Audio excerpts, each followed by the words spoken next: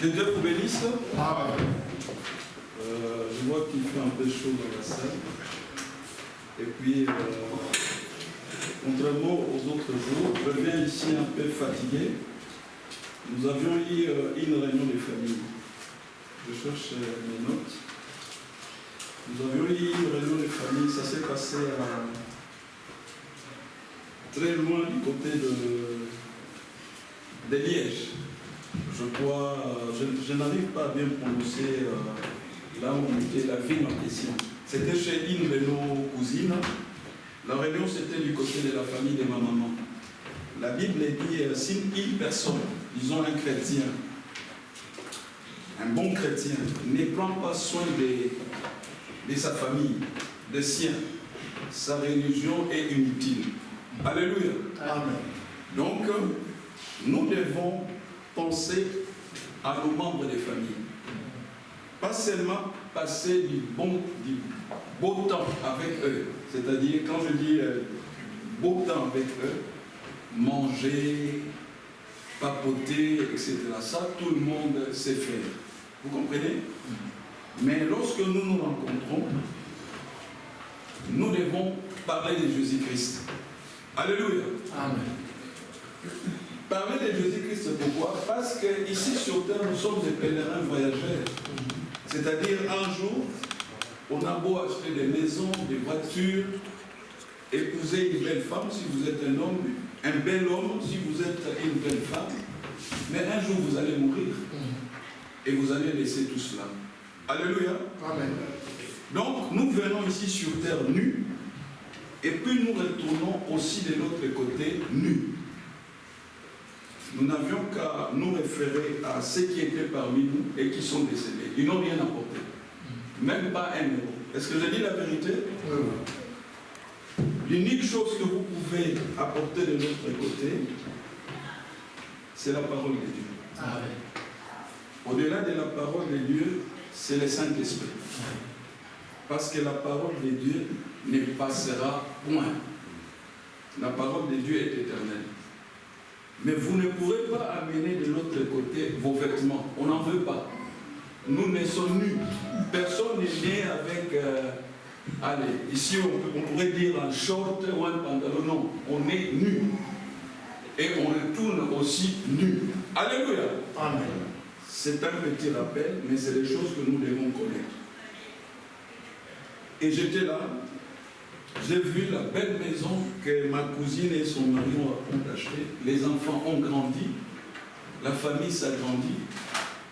Et alors, comme ma cousine a préparé beaucoup de repas, il nous a servi à manger à gogo. C'était une bonne ambiance, nous avions prié. Mais j'attendais toujours un moment pour parler de Jésus-Christ. Et puis comme je prie constamment dans mon cœur, Dieu a créé des circonstances. Au bout d'un moment, les gens s'étaient un peu détendus, un peu fatigués. Ils avaient des estomacs remplis. Et puis mes deux cousines se sont approchées de moi. Alors on a commencé à parler des choses de la vie. Et le Saint-Esprit m'a dit, voilà, c'est le moment de leur parler de Jésus. Alors ils me posaient des tas de questions et moi je leur répondais par la Bible. Et on a passé beaucoup de temps là. En tout cas, ils étaient contents.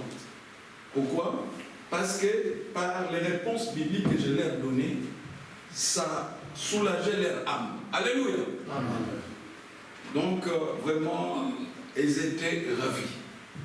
L'une m'avait posé la question, elle dit, mais moi j'ai des enfants qui grandissent, mais je suis toujours locataire. J'ai dit, non, j'ai trouvé un verset là. Si tu veux acheter une maison, Jésus te garantit, tu peux l'acheter. Alors je lui explique, j'ai dit, il ne faut pas compter sur ton salaire. Les salaires sont petits, minimum.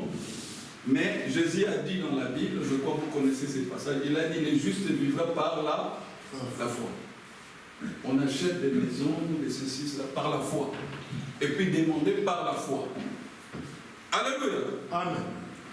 Bon, maintenant, je ne vais pas trop vous fatiguer sur cette introduction. C'est simplement parce que j'aimerais me remettre dans l'ambiance. Et puis alors, tellement qu'on est resté longtemps, je suis rentré très tard. Je ne pouvais pas arriver à la maison. C'est mon frère qui me conduisait avec ses deux enfants. Donc j'ai passé la nuit chez lui.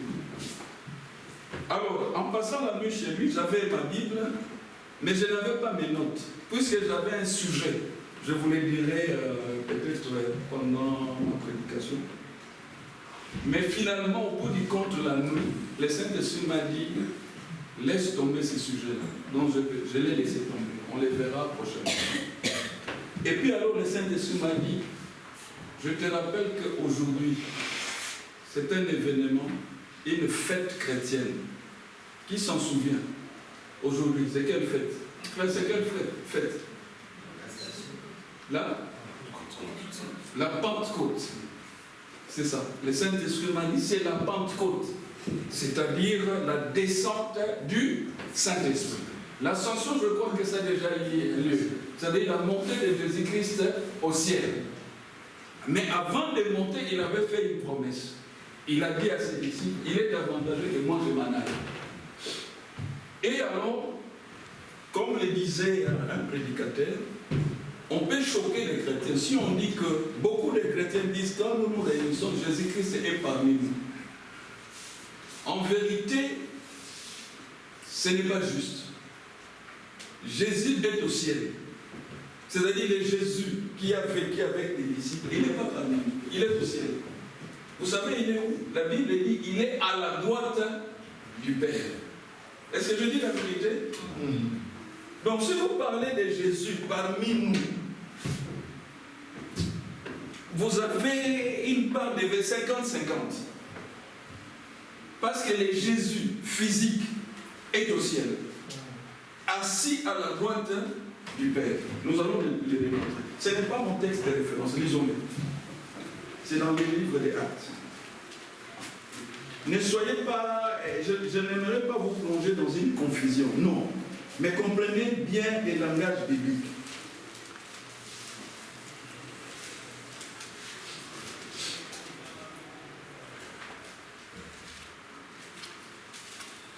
Je cherche le texte Actes, là où on avait martyrisé Étienne. Si quelqu'un le trouve, donnez-moi ces chapitres-là.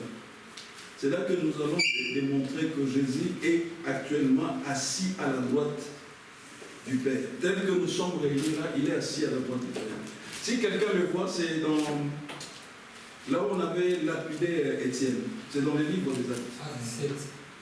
Merci frère. Que Dieu vous bénisse. Acte 7.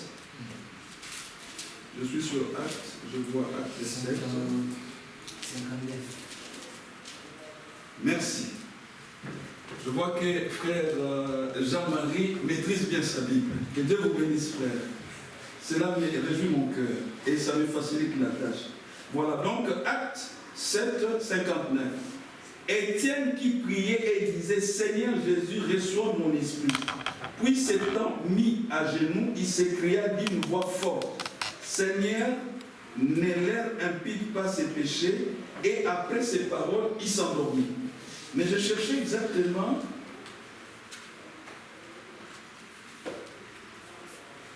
voilà, frère, je l'ai trouvé. C'est dans le verset 55. Lisons-les tous. Restez assis. Mais Étienne, rempli du Saint-Esprit et fixant les regards vers le ciel, vit la gloire de Dieu et Jésus où? Debout à la droite de Dieu. Voilà là où il se trouve. Non, ne le cherchez pas ici sur terre. Il est là au ciel, à la droite du Père. Ça, c'est le Jésus physique, en chair et en os. Il est là, il intercède pour nous. Vous voyez? Mais le même Jésus, quand nous disons, là où 2 ou 3 sont rassemblés, c'est vrai aussi. Il est avec nous. Ce matin, pendant que nous parlons, depuis que nous avions commencé, même en route, il est avec nous. Mais il est avec nous sous la forme du Saint-Esprit. Alléluia. Amen. Voilà pourquoi nous ne les voyons pas. Vous voyez? Les gens peuvent vous demander, mais vous dites que Jésus est avec vous. Montrez-nous Jésus. Vous ne saurez pas le montrer. Parce qu'il est ici en forme d'esprit. Mais là au ciel, c'est le Jésus en chair et en os. Alléluia. Bref, Jésus est partout. Parce que l'Esprit de Dieu, vous ne savez pas les limiter. Le même Saint-Esprit qui est ici, c'est les mêmes qui sont aux États-Unis, c'est les mêmes qui sont au Congo, c'est les mêmes qui sont en Chine. Vous comprenez? Jésus a donné l'exemple sur l'Esprit, parce que c'est de ça que nous allons parler, c'est la Pentecôte. Le Saint-Esprit m'a dit, laisse tomber tes sujets, concentre-toi sur la Pentecôte. Je ne l'avais pas préparé, j'ai dit, ok, je vais y aller avec ma foi. En d'autres termes, j'ai dit, oui chef, je vais y aller avec ma foi. Alléluia. Amen. On va essayer de l'aborder. Maintenant, comme je ne me suis pas préparé, je ne vais pas l'aborder comme j'ai l'habitude de le faire à la manière de Frère Branham. J'ai toujours cru, et je peux vous le confesser, que le Saint-Esprit me guide. Alléluia. Amen. Il va les démontrer, il va me guider. Maintenant, avant de développer ce sujet-là, nous allons démontrer que l'Esprit est partout. C'est Jésus qui l'avait dit. Prenons le livre de Jean. C'est une introduction.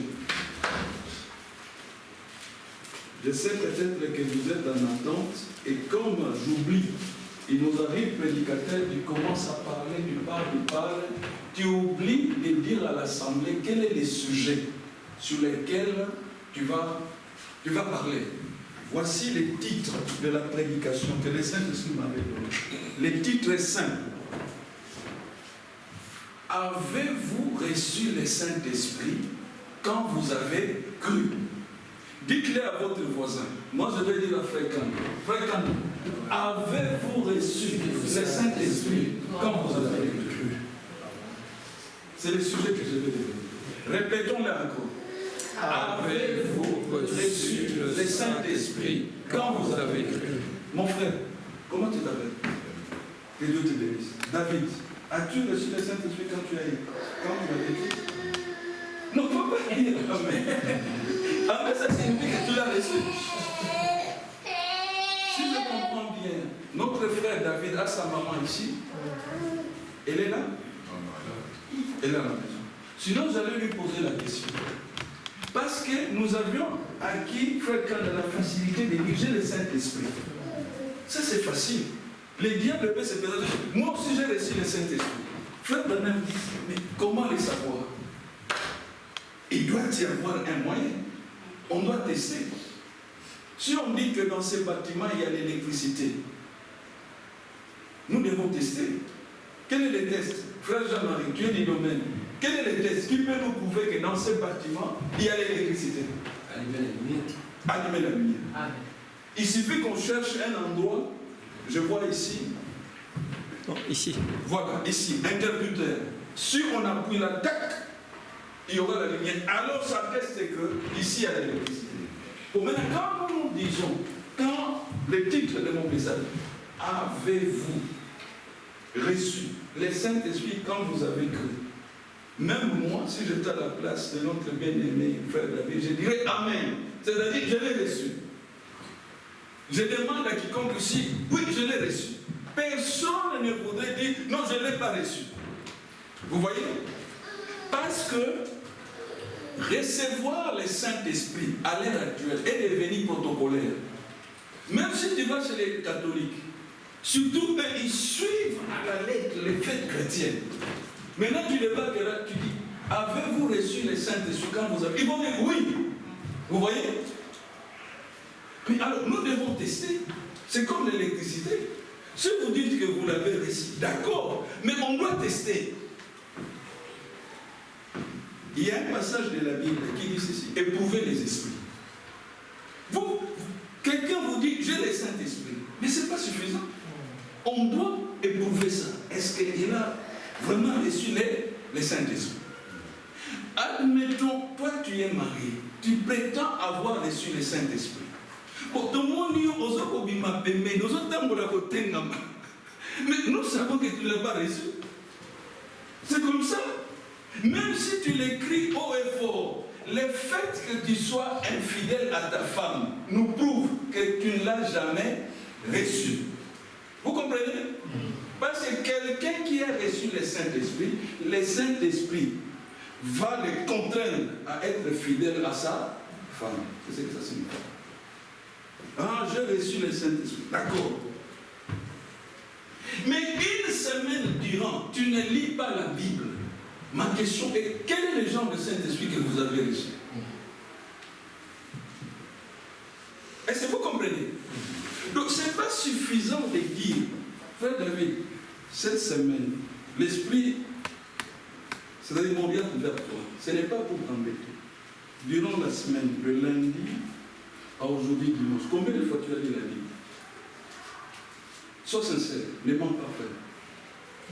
Combien de fois? Réponds aucune fois. Je ne sais pas. Est-ce que tu as lu la Bible? Bon, combien de fois par semaine, cette semaine, tu as lu ta Bible? 3 fois. Le matin, l'après-midi. Vous voyez? Donc, je ne juge pas mon frère David, non.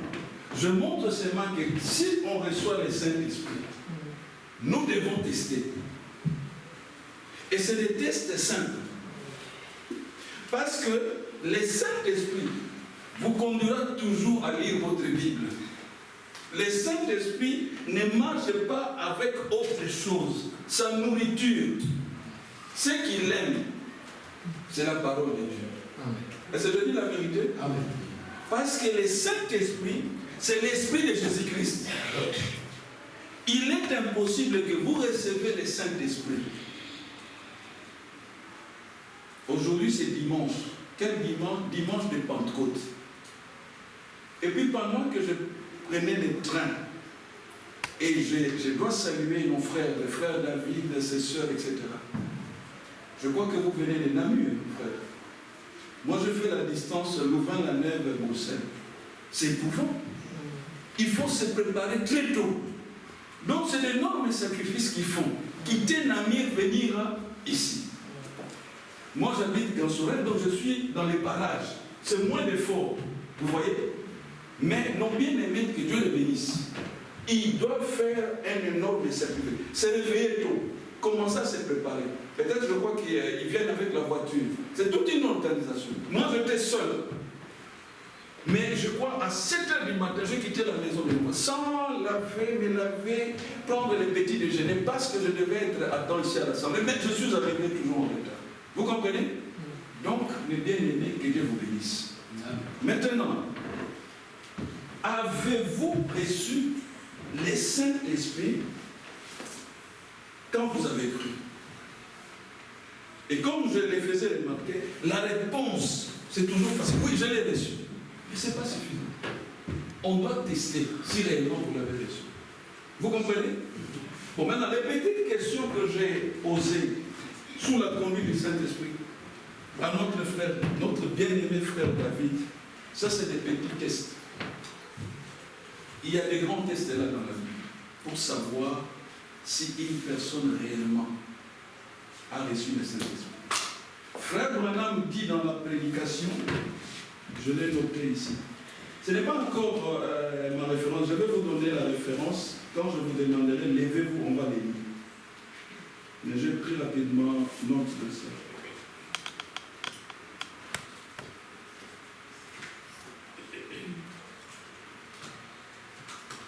Il est dit dans la prédication que c'était le Saint-Esprit qu'il avait prêché le 16 décembre 1959, soir au Branham Tabernacle.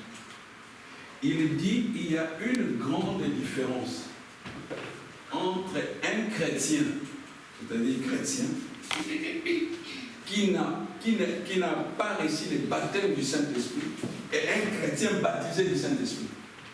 Il y a une différence énorme. C'est-à-dire le Saint-Esprit fait la différence. Dans cette assemblée, cette différence-là s'établit.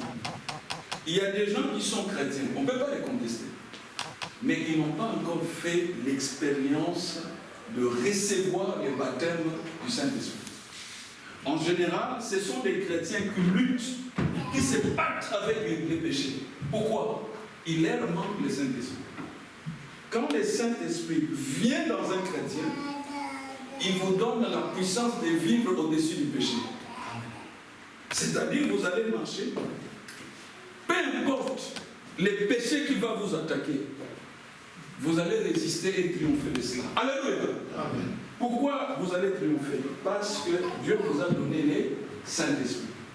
Quand le Saint-Esprit vient dans un chrétien, alors le verset qui dit « Toute arme forgée contre vous sera sans effet ». Vous allez les vivre. Vous allez les vivre. On peut vous attaquer de toute manière. Mais les Saint-Esprit, si on vous attaque, un autre verset dit ceci. Quand l'ennemi viendra comme un fleuve, écoutez, le Saint-Esprit élèvera quoi? L'étendard. Ça signifie, si le diable prépare son coup, le Saint-Esprit aussi se prépare. Si le diable lance l'attaque, le Saint-Esprit lèvera l'étendard. Qu'est-ce que c'est l'étendard? C'est la parole de Dieu. Alléluia. Amen. Frère Branham me dit, il n'y a pas une arme qui peut battre Satan à chaque fois et à tous les coups, sinon la parole de Dieu. C'est ça l'étendard. Et le Saint-Esprit élève. Vous passez par des moments difficiles. Vous manquez de l'argent. Le Saint-Esprit doit lever l'étendard. Il vous dira par exemple, ne vous inquiétez de rien. Regardez les oiseaux du ciel. Ils ne travaillent pas. Ils ne cotisent pas la pension. Mais ils font des enfants, ils les élèvent. Alors le Saint-Esprit va te montrer qui les nourrit. C'est Dieu. Alors calme-toi. Demande au Père. C'est ça lever l'étendard. Quand l'ennemi viendra comme un flot, le Saint-Esprit élèvera quoi? L'étendard. Vous comprenez? Donc, levez-vous. On va lire notre texte de référence. Vous connaissez ce passage-là. Je l'ai pris dans la Bible, c'est Acte 19. Acte des apôtres. Il fait chaud, je ne vais pas vous fatiguer, ni vous faire transpirer. On va lire seulement quelques versets, et puis vous allez vous asseoir. Alors, je vais vraiment entrer dans cette prédication, dont le titre est, je le rappelle, « Avez-vous reçu le Saint-Esprit quand vous avez cru ?» C'est ça le titre. Lisons Acte 19, tous ensemble, verset 1 jusqu'au verset 7. Allons-y. Pendant qu'Apollos était à Corinthe, Paul, après avoir parcouru le grande province de l'Asie, arriva à Éphèse. Ayant rencontré quelques disciples, il leur dit: avez-vous reçu le Saint-Esprit quand vous avez cru? Ils lui répondirent: nous n'avons même pas entendu dire qu'il y ait un Saint-Esprit. Il dit: de quel baptême avez-vous donc été baptisés? Ils répondirent: du baptême de Jean. Alors Paul dit: Jean a baptisé du baptême de repentance, disant au peuple de croire en celui qui venait après lui, c'est-à-dire en Jésus-Christ. Sur ces paroles, ils furent baptisés au nom du Seigneur Jésus. Recommençons sur ces paroles. Sur ces paroles, écoutez, ils furent baptisés au nom du Seigneur Jésus. Dites Amen. Amen. Continuons. Lorsque Paul leur eut imposé les mains, le Saint-Esprit vint sur eux et ils parlaient en langue et ils prophétisaient. Ils étaient en tout environ 12 hommes. Amen. Amen. Que Dieu vous bénisse. Asseyez-vous. C'est de ça que nous avons. Vous voyez? Si vous avez été attentif à la lecture, on nous parle de croyants, des chrétiens. Et vous allez voir, quand vous retournerez à la maison, vous allez voir ces croyants-là sur, disons, vous pouvez lire la fin du chapitre 18, etc. On les décrit. Le croyant à qui Paul avait posé la question sous l'inspiration du Saint-Esprit, comme je l'ai fait avec le frère David, il prêchait Jésus-Christ, il connaissait Jésus-Christ. Mais sans doute, Paul, en parlant avec eux, il avait capté quelque chose. Que, oui, il parle de Jésus-Christ. Il parle bien, il prêche Jésus-Christ. Mais il y a quelque chose qui va. Et la chose qui n'allait pas, que Paul va identifier après, avec toujours l'aide du Saint-Esprit, c'était que ces chrétiens qui parlaient véritablement de Jésus-Christ, mais ils n'étaient pas baptisés du Saint-Esprit. Alléluia. C'est ça. Un chrétien baptisé du Saint-Esprit est différent d'un chrétien qui connaît Jésus, qui parle de Jésus, qui lit la Bible, qui se comporte très bien, mais qui n'a pas le Saint-Esprit. Il y a une différence. Par exemple, un tel chrétien, il va se sentir à l'aise avec les gens de sa communauté. Si par exemple vous êtes catholique, vous vous approchez de lui, il commence à se méfier. Mais selon l'enseignement des frères Branham, les prophètes de ces temps et de la Bible, nous n'avions pas le droit de les faire. Vous rencontrez un catholique qui ne croit pas de la même manière que vous. Vous devez l'aimer. Vous ne devez pas les juger. Ne les condamnez pas. La plupart d'entre nous qui se trouvent aujourd'hui dans les messages des frères Branham, nous venons d'ailleurs. Vous comprenez? Mais pourquoi on se trouve aujourd'hui dans les messages du temps du soir? C'est parce que nous avons fait des rencontres. On nous a parlé d'une certaine manière et nous avions vérifié dans la Bible. Alors nous avions senti que non, nous devons quitter là où nous avions été. C'est-à-dire ce que frère Branham appelait des dénominations. Il ne nous prêchait pas l'évangile correctement. Nous avions quitté. C'est comme ça que nous nous retrouvons aujourd'hui dans les messages. Est-ce que vous comprenez? Bon, maintenant, Dieu ne fait pas de différence. Vous pouvez être dans les messages, ou être catholique, ou protestant. Pour Dieu, c'est n'importe quoi. Ce qui compte pour Dieu, peu importe l'endroit où vous allez prier, c'est de recevoir le Saint-Esprit. C'est ça qui fait la différence. Vous pouvez faire 40 ans dans le message. Vous suivez les enseignements des frères Branham, de la Bible. Mais si vous ne recevez pas le Saint-Esprit, on le dira à un Français de la rue, vous êtes foutu. Ça signifie que vous serez condamné. Vous comprenez? Bon, le catholique, lui, peut ne pas suivre les messages des frères Branham. Mais s'il est obéissant à la parole de Dieu, Dieu lui donnera le Saint-Esprit. Et vous le trouverez au ciel. Alléluia. Amen. Frère Kanda, nous prêchons les messages avec lui. J'ai pris Frère Kanda. Par le ministère de Frère Branham, il a réussi à gagner les témoins de Jéhovah. Il en a fait des chrétiens. Il a réussi à gagner des catholiques. Il en a fait des chrétiens. Il a réussi des baptistes, des pentecôtistes. Quand on voulait lui dire, mais frère Branham, pourquoi tu t'associes à ces gens-là? Il dit non. Pour moi, si vous écartez un groupe, moi je vais élargir mon cercle. Parce que Jésus est venu sur terre, pas pour sauver les branhamistes ou les gens du message, non. Il est venu sauver les pécheurs. Vous l'avez entendu? Les pécheurs. Vérifiez dans la Bible.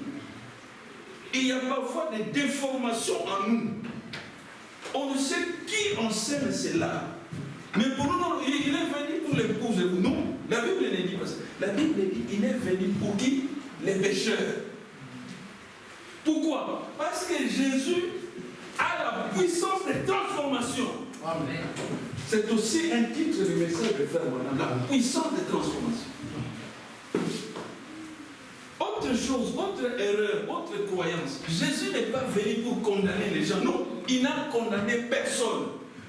Voici l'exemple. On attrape une femme qui a commis l'adultère. On l'amène auprès de Jésus. Et les gens amènent la femme armée de des grosses pierres. Ce sont des religieux qui font ça. Il faut que la Voilà, le message interdit ça. D'autres vont crier, l'Ibané à l'Assemblée. Il faut les mettre hors de l'Assemblée. Mais que vous avez dit, ça c'est quel évangile? Alors ils l'ont amené auprès de Jésus. Et la femme était là, triste. Il dit, mon frère, lisez les versets de Moïse. Ils ont pris leur Bible, leur grosse Bible. Voilà. Moïse a dit dans les cas d'espèce, il faut la lapider. D'autres disaient, on sera sans pitié. Mais l'homme a besoin, même si la vie soit ensemble. Toi, tu es Dieu. Hein? Et quand ils commettent les péchés, ils les cachent. D'abord, ils ne confessent pas les péchés.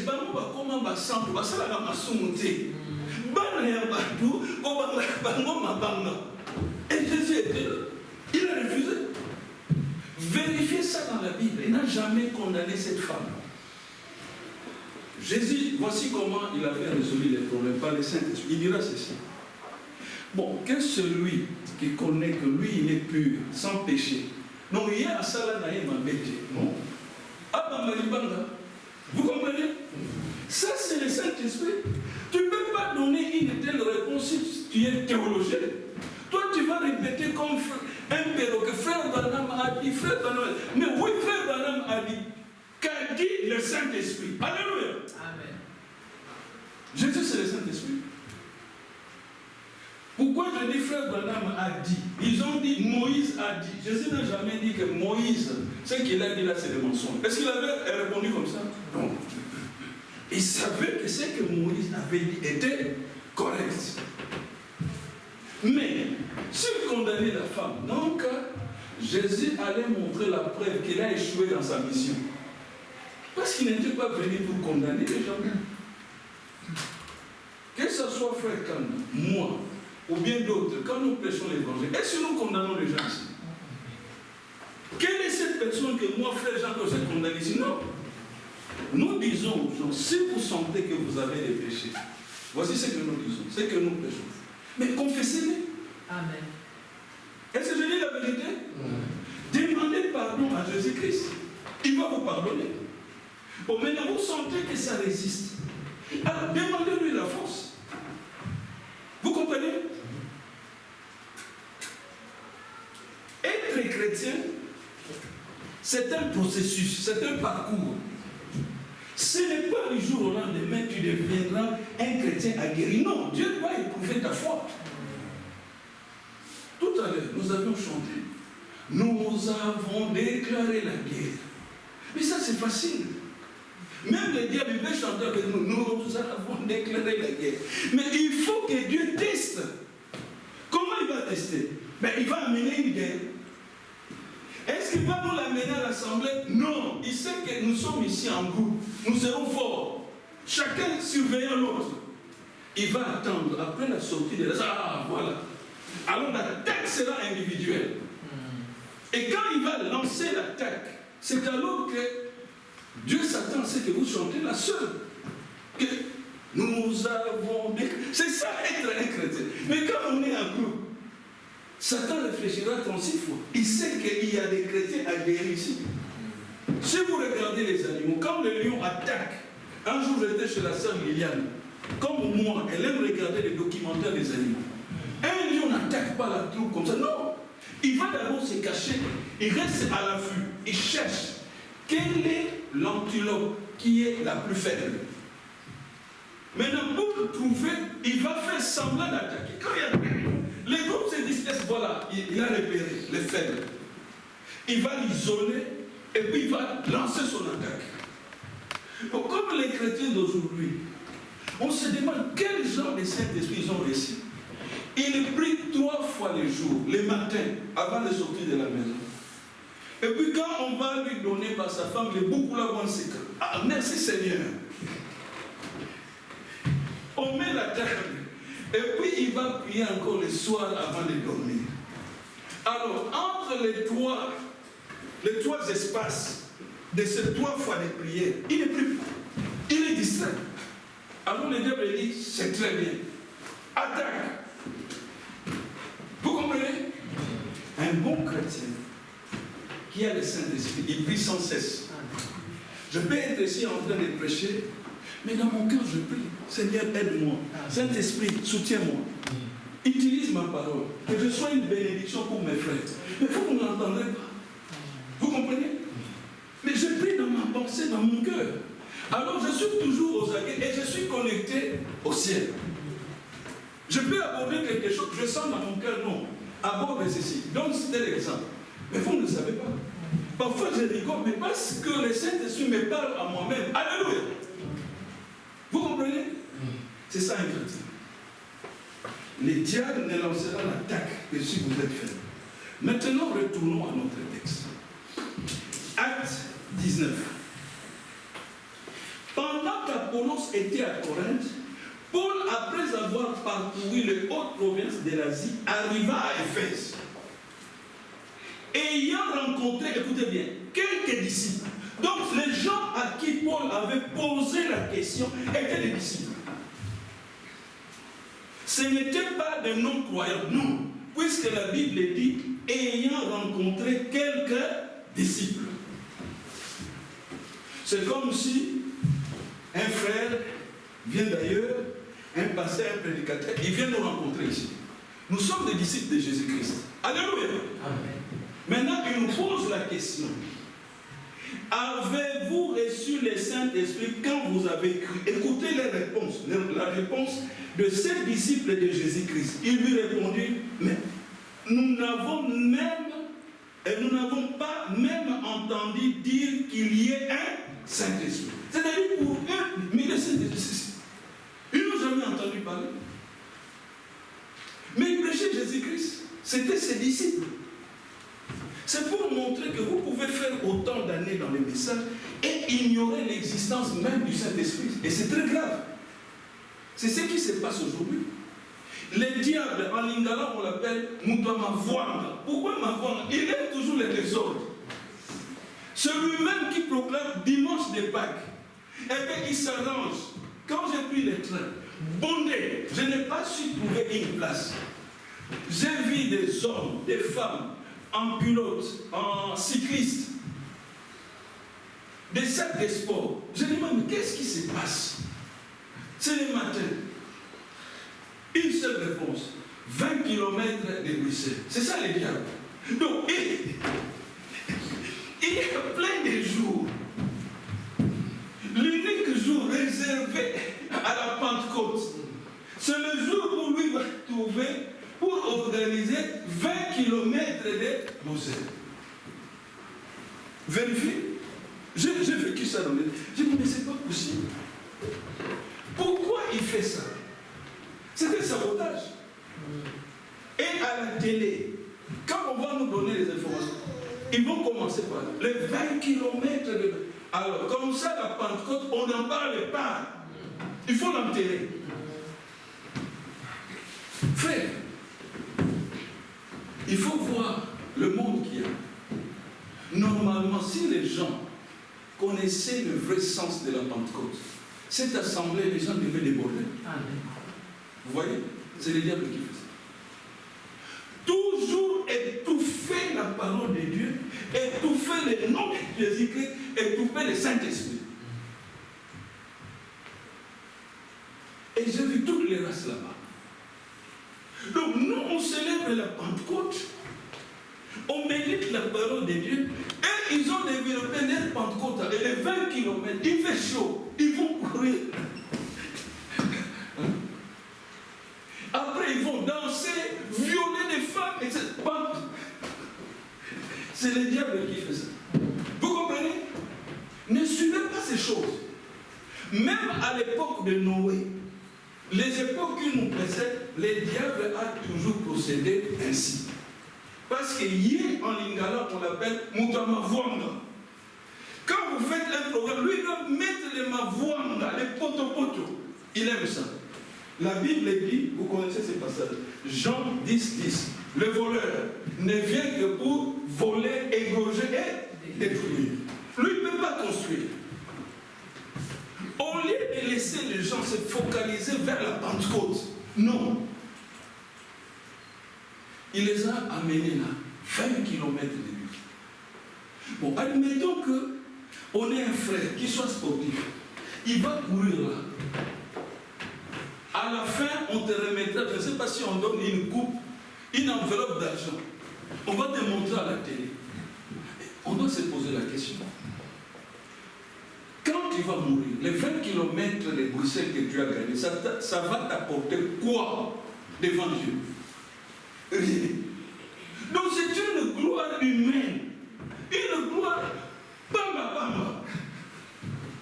La véritable course, qui est la course de la foi, la course de l'évangile. Il y a gagné un outil. Chaque année, il a gagné les 20 km de Bruxelles. Mais c'est des choses inutiles. Alléluia. Amen.